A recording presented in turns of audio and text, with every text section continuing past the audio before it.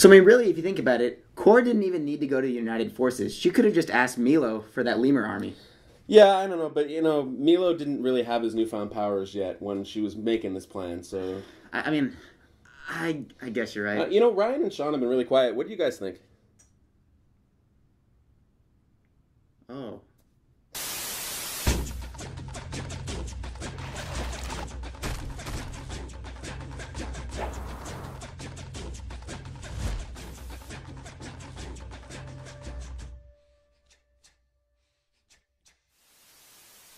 Welcome back, guys. We got another episode of Corecast for you. So, Ryan and Sean are not here this week. Instead, we have Jonathan, also known as Jay. You might recognize him from What the is Postmodernism, if you watched that. We also have Chris, who's been in whatever show you used to do. Oh, right. The catastrophe that was Naruto Corner. We have Chris, who was on a couple episodes of Naruto Corner, and also the mock Carly cast April Fool's thing that we did. So they're going to be filling in for them this week. So I guess who's going to recap the episode?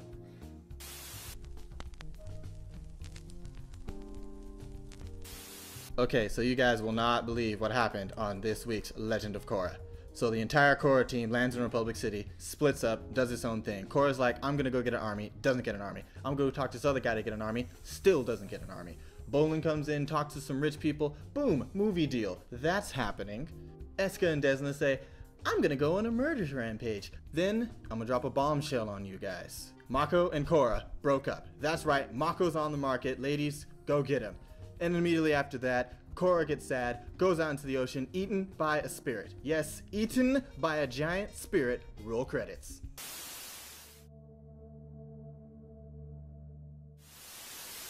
Milo and Tenzin and the Lemur Army. What do we think about that? I thought it was really funny. I mean, I didn't actually think that was going to be like the big payoff was that Milo now has an army of lemurs, and then he should never really be given power over anything because he'll just. Who needs Republic City's army now? You got the lemur army. More than any of the other parts with the siblings and stuff, this felt like the Tenzin stuff was filler. Well, if anything, it's that first opportunity for Tenzin, who has now learned about, or kind of like not turned his blind eye anymore to the fact that Aang had a favorite son. It's more of like this is his opportunity to equally share his love amongst his children. So he has a chance to be a teacher, but not follow the same mistakes of his own father. Yeah, he's definitely being more hands-on as a dad, which he kind of had a little bit of an awakening when his siblings called him on it. So I think Pokey will be the General Iroh of the lemur army.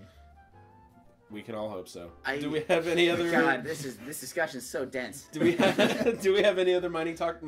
Mining talk. Do we have any other minor talking points? Well, I mean, since we are all miners, we could just talk about our mining, adventures. Our mining operations for gold. Let me tell you, you're really gonna dig it.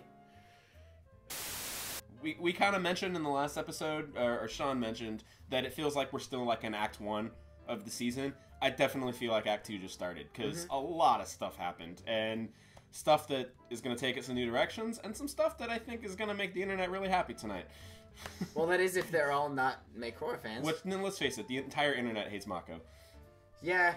Yeah, is he really the one to hate in the relationship, though? Korra does seem like she's the one who's made almost all of the mistakes. Mako's just trying to get along. Yeah, it's unfortunate. Well, she feels like the ScarJo and Don John, doesn't she? And she's like, you have to be my boy toy. Did you just abbreviate Scarlett Johansson's name? Yeah. How was that ScarJo? I thought we were talking about Scar from The Lion King at first. I thought we were talking about Scarface. Korra's been entirely off the rails, but I mean, she's kind of getting desperate, sort of. She doesn't know what to do. She's been betrayed. Her emotions are all over the place, and she doesn't find any support anywhere. And Mako is entirely split between duty and the girl I'm supposed to help out, but it's like a lot of stress because it's not a standard relationship. It's like, I am in charge of keeping the world together, and I'm a cop. Right. So, exactly. It's like, I can't follow you down the rabbit hole while you try to go around the system. I'm part of that system now, and I have to fit into it. We talked about how annoyed we were with Korra as a character, but also we kind of talked about how it's probably intentional. And I definitely think after this episode that the direction that they're taking her character for the season is intentional, because you don't have her go this far off the rails for no purpose. You know, obviously we could see the writing on the wall. We knew they were going to break up. Yeah. It was just a matter of time. You know, They were trying to break the her. writers were intentionally distancing them from episode 1. They were bickering. So The thing is, I don't feel like this breakup is gonna be permanent. I really feel like they're gonna get back together eventually. it's possible. I mean, go ahead. Just based off like the ending scene, right? When she's attacked by the spirit. Obviously, we don't know what's come of that scene, but like I feel like there might be a search and rescue in Mako's future here. Yeah, there's definitely more stuff for him to do. I mean, we did see that shot in the trailer of Mako and Bolin going into the spirit portal, so they're Right. definitely gonna get into the spirit world. I do feel like it was a slow burn at the beginning of the season, but we're here, and she was eaten by a giant spirit squid, and how do we feel about that? It was entertaining to see spirits return, and she tried to spirit bend it, and it just seemed to brush it off. I'm not 100% sure what happened, but it just all of a sudden stopped.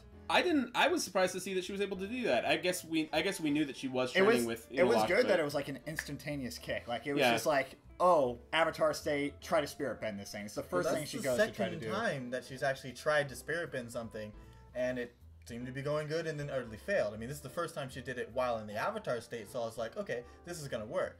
But she didn't finish her Unalaq training. She's had no major spirit training at all. I guess she could have just watched Unalaq and said, do this, the spirit's like this. But now she's been eaten by a spirit. It's like, well, you now really, really, really need a crash course on how to deal with this whole spirit thing. It's also a really big spirit. Like this is probably one of the biggest spirits we've seen. Yeah, when Eska Yeah. and Desna show up and they're doing their, oh, we're mad because you boyfriend. And then they see the spirit. They just it's like nope. they're Water Tribe members, and exactly. They're like, they have respect for it and utter fear. It felt like a physical, like a visual representation of what the story's happening. It's like, oh, all this stuff that was going on in the last couple episodes, the drama between Bolin and Eska and the Civil War stuff, the spirit just showed up and ate it. It's like we are taking this book to the next level now. That's what it felt like. It was more than just the actual action of Korra being eaten. It was, we're going to the next place here. That's what it felt like to me. It's kind of interesting if you think about it, though, because whenever, like, Aang would have something, like, horrible going on, there's way too much stress going on, he would meditate, you know, because he was a monk, and he would get in touch with the spirits.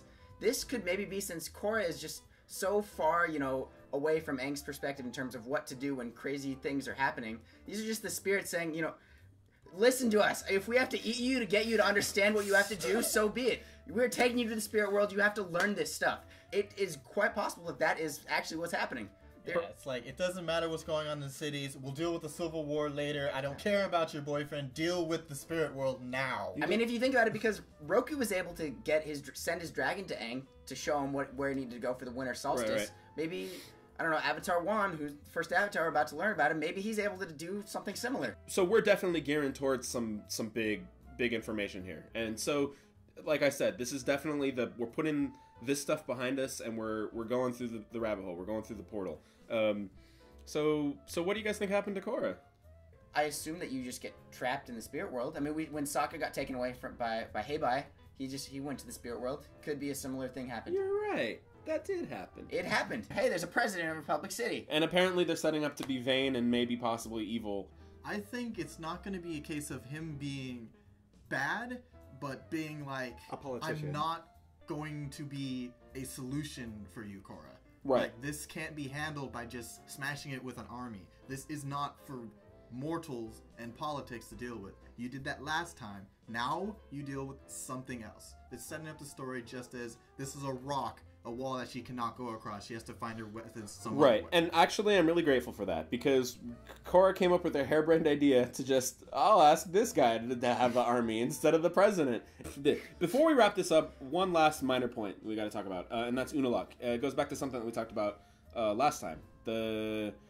Unalaq is just a liar. I think he's a compulsive liar. He just loves to lie about everything. I mean, now it turns out that there is a portal that Korra needs to open up in the north. And that, you know, he just was telling her that because he's a big jerk face. He thought is what she needed to hear at the time to get her to come along with him. Korra was intended to go to the north. It means that she is going to end up at the Northern Water Tribe. There is going to be a conflict that ends with them being at the Northern Water Tribe. She And probably opens the portal Probably. at some point, Mhm. and then it's like Kingdom Hearts. It opens up, and you know Unalaq is Ansem, and he's like, And then Korra Sora, and she's like, I know Is she now, gonna become a without Heartless? doubt, the spirit realm is light. And then Unalaq is bathed in light and dissolves into nothing. And then they make a bunch of terrible sequels. Well, that's subjective.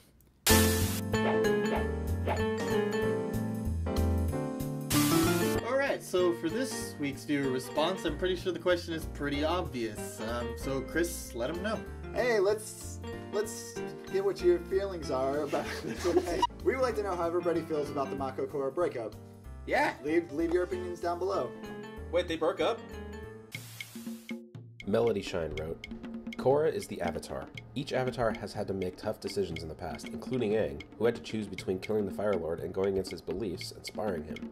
Korra needed to speak during the trial on what the Civil War would do to the balance of the world, and not just the tribe. Lord Larsa Solador wrote, even though Korra is the Avatar, she would always be considered biased in that trial because it is her parents that are involved. She can't just turn off her feelings about her parents like a light switch.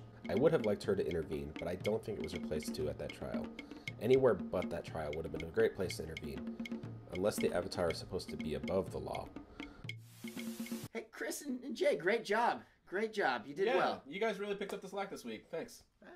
Thanks, guys. Can we stay on this side of the camera? I prefer... Can we stay on the show? Yeah. What? No. Leave. Just go right Just now. go. Leave. Fine, whatever. Call the cast forever!